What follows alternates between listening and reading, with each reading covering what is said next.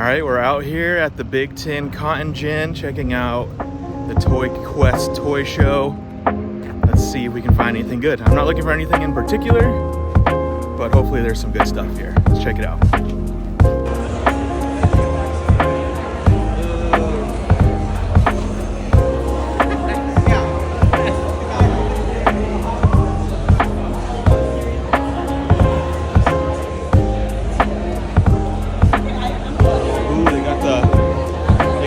G.I. Joe Street Fighters, those are rare.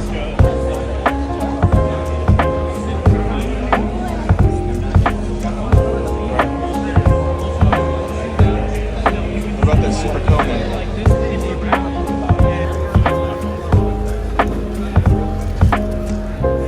It's a good one, this one I've been looking for. He said half off his tables.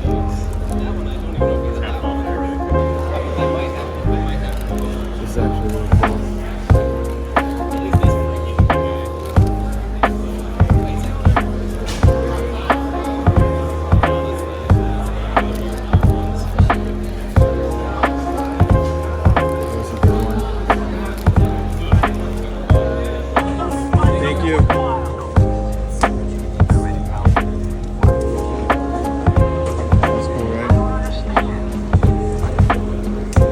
Might come back for this, we'll see. We'll see if it's still here.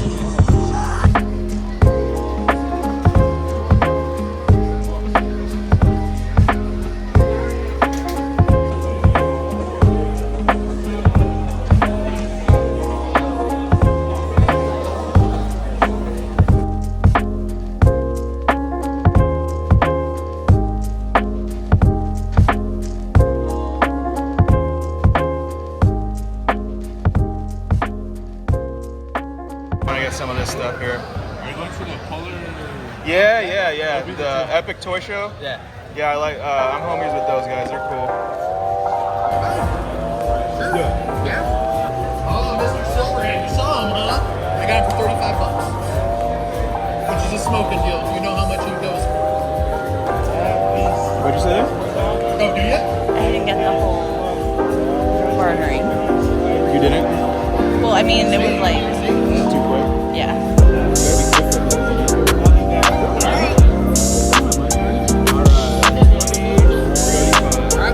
Thank you, man. Appreciate it.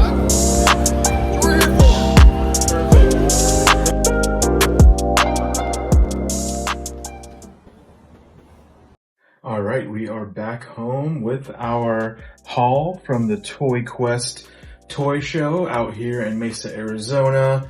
Overall, it was a pretty good show. There was a lot of stuff there. There was a good variety of toys, vintage, modern, new stuff, secondhand stuff.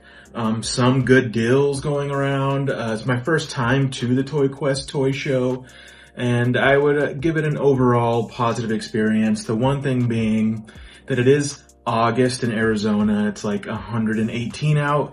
And the place that they hold it, the AC isn't the best. So in certain spots of the venue, it was like really, really hot. So it actually limited my time that I could spend there. After about an hour in there looking around and kind of frantically searching for stuff, I was pretty much tapped out because of the heat and had to take off and go and cool down. But we did find some good stuff, and I would go back to the show when they have it again. But yeah, let me go ahead and show you what I got. This is a little haul video. I got some good stuff. I took out some cash. My budget was $70, and I actually somehow stuck to the budget. So I will start with the small stuff first. One of the first things I bought is this really cool Gengar plushie keychain. It's like a vintage one, official Pokemon, and a guy had these at his booth. He was selling them for $5 each. So I had to grab that. Gengar is one of my favorite Pokemon. This was the only Gengar he had on his table. He had a bunch of Mew and other popular Pokemon, but I had to grab this Gengar. He is really cool. So that was my first purchase of the day. So after that, you know, we were feeling good. We were ready to spend some more money. Actually, the last thing I picked up at the show, I was coming back around, doing a lap back around, and there was a guy there who had his table that he was offering like half off of his marked prices. and he had a few GoBots there. This is one that I do not have. I forget his name right now, but he's Forklift. I believe his name is Forklift. Really good condition, and he was $10 since he was half off, so I grabbed him with the last few bucks I had left over as we were leaving the show. But yeah, he's really cool. Love the color. I have some GoBots back here.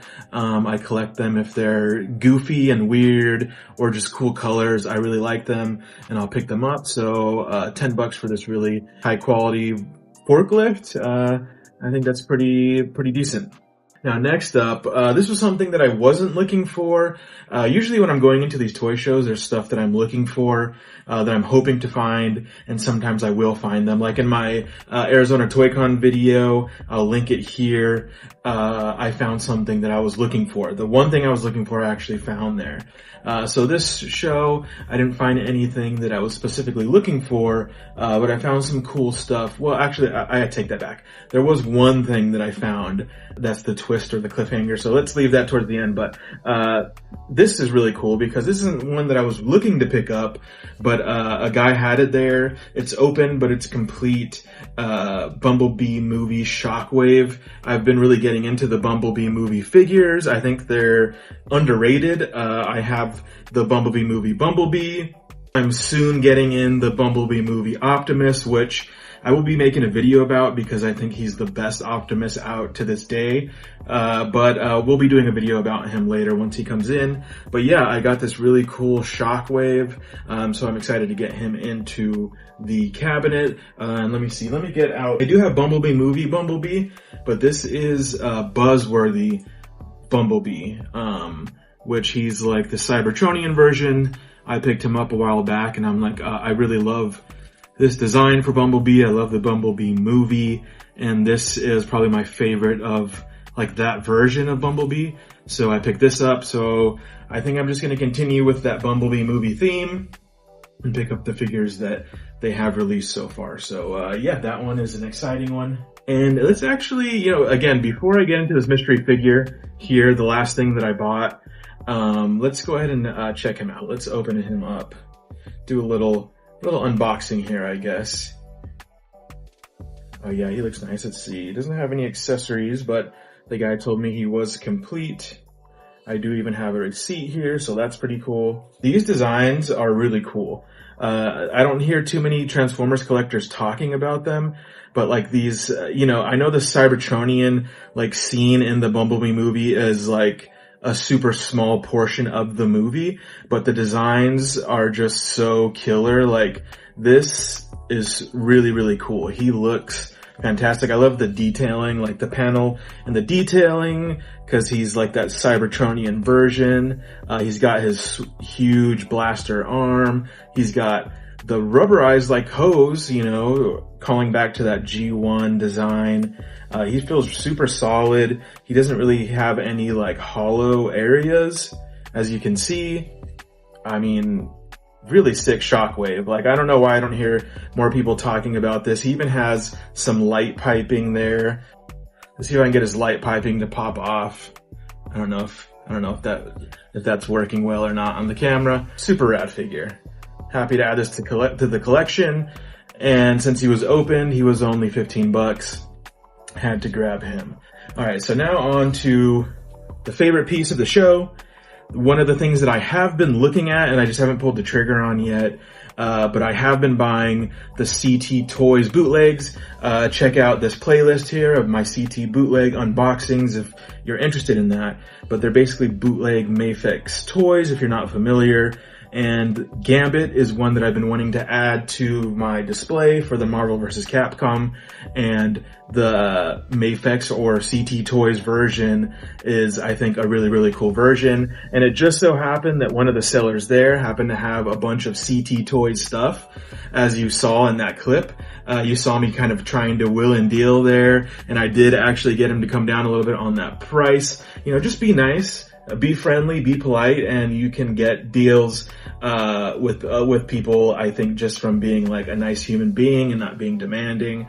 But yeah, so he was able to come down $5 on this, and I'm super excited to get this, to add it to my shelf, and I will definitely be doing a full unboxing on the CT Toys Gambit here up next on the channel. So if you haven't subscribed yet, please subscribe. You can get this unboxing. I've unboxed a couple other CT bootleg toys and other toys of all kinds.